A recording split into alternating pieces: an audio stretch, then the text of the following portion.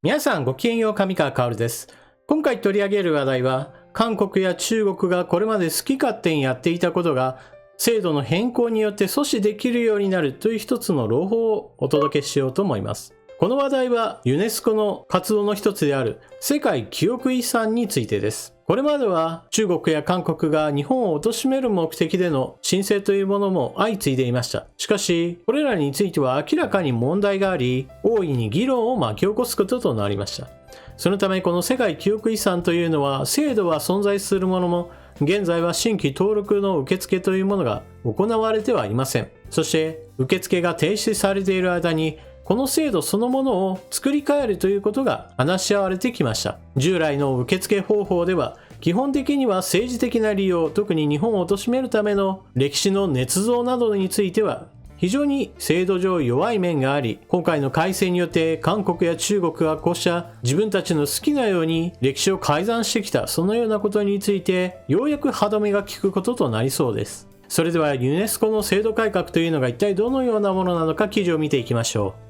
世界の記憶、慰安婦資料は凍結濃厚、改革案判明、加盟国の阻止可能に。国連教育科学文化機関ユネスコは1日までに世界の記憶、世界記憶遺産の制度改革案をまとめた。政治利用を狙った申請案件について加盟国が登録を阻止できる仕組みを設ける。7日に始まるユネスコ執行委員会は改革案を承認し、新制度に基づいて来年、世界の記憶の登録申請を約5年ぶりに再開することを決める見通し。改革は2015年、中国が申請した南京大虐殺文書の登録後、制度の透明化を進める目的で始まった。2016年には、日韓などの民間団体が慰安婦関連資料の登録を申請。日本は反発し、政治利用を防ぐ制度作りを求めてきた。改革案では国が登録を申請、ユネスコ事務局が申請案件を提示。他の国は最大90日以内に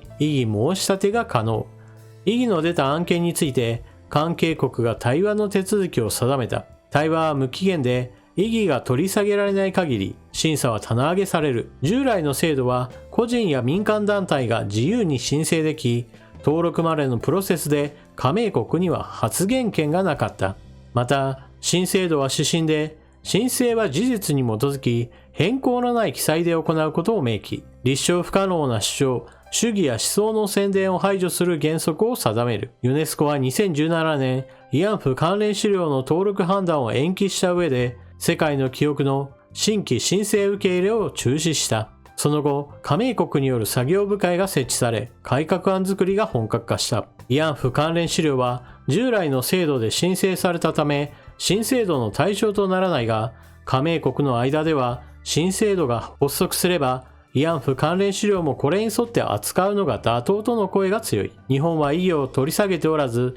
登録は事実上絶望的になった。慰安婦関連資料をめぐっては、ユネスコ事務局が仲介者を指名し、日韓の関係者による対話を促してきた。対話は折り合いがつかなかった。記事の中で説明されていた従来の制度、そして新しい制度の比較がこちらの図となります。従来の制度では個人や団体など誰でも申請可能という時点で政治的な意図を持った申請が非常に簡単にできたわけです。しかもその申請に対してはユネスコ局内における専門家の審査勧告はあるものの、加盟国がこれに異議申し立てを行ってもこれを取り上げる制度が存在しませんでした。この点がまさに制度の変更点となったわけです。そして非常に重要なことなのが、この話し合いが決着するまでは申請が決して認められないということです。新しい制度改革案が実施されれば、少なくとも中国や韓国が好き勝手言っているのを日本側からこのような話は飲めないとはっきりと異議申し立てを行うことができ、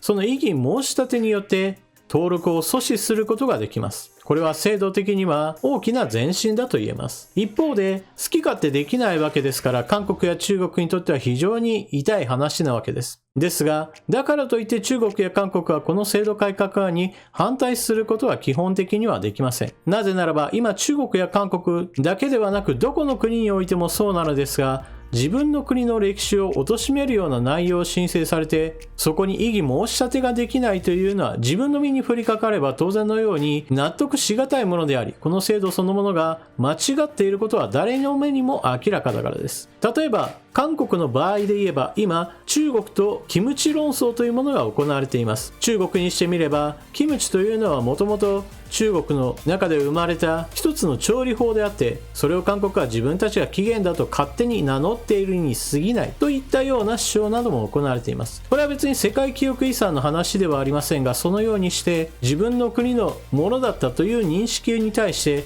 他の国がいやいや私の国の方がはるかに前からあったんだよということを主張したときに、これに異議申し立てができないとなれば、これは不条理以外の何者でもありません。同様の例をもう一つ言いましょう。例えば今韓国には中国との間に高句麗は一体どちらの国であったかという論争があります。中国にしてみれば高句麗というのはあくまでも地方政権の一つであって、朝鮮半島そのものについて言っても属国の期間が長いのであるから、韓国の歴史などというのは昔から存在するわけではない。あくまでも朝鮮半島というのは中国の一部に過ぎなかったのだという歴史観があります。これは何も中国側だけではなく世界史上においても一つの見方として存在します。一方で韓国側にしてみれば、いやいや私たちの国は属国だったという歴史など存在しないかのような話を今ではするようになりました。それこそ韓国はずっと昔から独立した国家であり、それこそ韓国側としてはそのような属領であった、属国だったという歴史そのものはまさに封印したい黒歴史であり、その点については何とか歴史を改ざんしてでも自分たちの歴史というものが非常に誇らしいものだというふうに歴史を捏造したいのです。ですから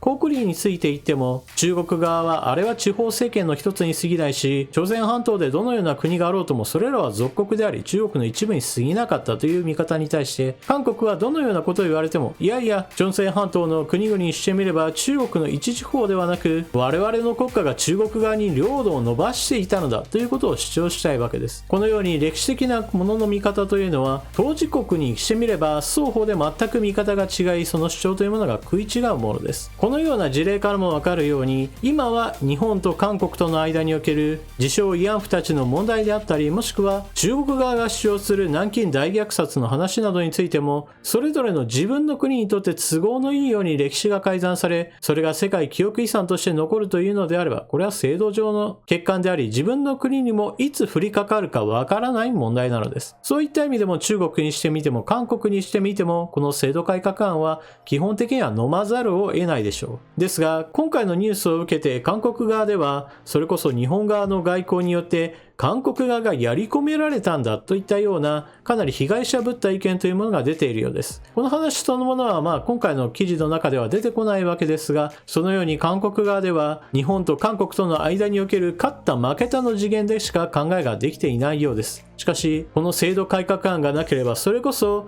中国側がキムチは自分たちの発祥のものであり、韓国側がキムチ発祥なのというのは大間違いだと中国側に言われた時に、古い制度であれば異議申し立てができないなどということは、彼らをもう少し考えを巡らすべきでしょう。このようにユネスコの制度改革というのは基本的には日本にとっては好ましいものですが、この記事の中でも指摘されているように、古い制度における申請というものについては新しい制度では取り扱わないかもしれないというところが一つの懸念なわけです。このあたりはまさに日本の外務省が重々ユネスコにロビー活動を行って新制度に基づく取り扱いというものを認めさせるように様々な国々からの応援を頼むべきでしょう。そうしなければ韓国側は何としてでも自分たちの作られたファンタジーの歴史というものをいかにして正しいかというのをユネスコに認めさせ、そのユネスコが認めたということを理由として世界に喧伝するようなことになってしまいます。今回のニュースというのは全体としては朗報ですが、このように一つ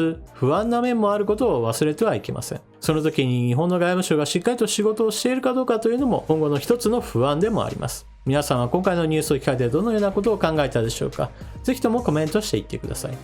それでは動画を最後までご視聴いただきありがとうございました。チャンネル登録していない方はぜひともチャンネル登録していってください。そして動画を見終わったら評価ボタンのクリックもよろしくお願いします。それでは次の動画でまたお目にかかりましょう。またね。